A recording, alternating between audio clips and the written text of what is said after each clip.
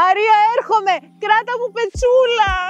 Ήρθε το Πάσχα. Και τι σημαίνει ελληνικό Πάσχα? Φίλοι και συγγενείς γύρω από γιορτινά τραπέζια. Το γιορτινό τραπέζι της βραδιάς του Μεγάλου Σαββάτου, αλλά και το μεσημεριανό της Κυριακής του Πάσχα. Ήρθε η στιγμή που κάθε πιάτο λέει μια ιστορία και κάθε ποτήρι ψώνεται για μια ευχή. Είμαι η Ερασμία, βρίσκομαι στο εινοποιείο Τιτάκης και πάμε μαζί να διαλέξουμε τα κρασιά που θα δώσουν στο τραπέζι μας γεύση, παράδοση και στυλ. Για να μας ανοίξει η όρεξη, ξεκινάμε με ένα wine cocktail. Το Pink Touch, με μοσχάτο πίνας και γλυκό κουταλιού τριαντάφυλλο. Μοναδική φρεσκάδα και αρώματα.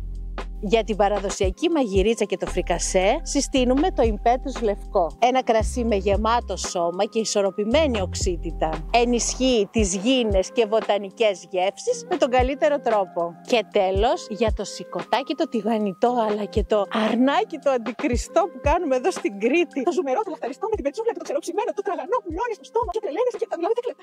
Να το συνειδητοποιήσω και περιμένουμε πώς και πώς την ώρα. Για το αρνί του Πάσχα συστήνουμε το Impetus ερυθρό. Οι βελούδινες τανίνες του, η οξύτητά του και ο γενναιόδωρος χαρακτήρας του ταιριάζουν απόλυτα με το ψητό της Κυριακής. Εσείς πού θα γιορτάσετε το Πάσχα? Χρόνια πολλά σε όλους και καλή Ανάσταση!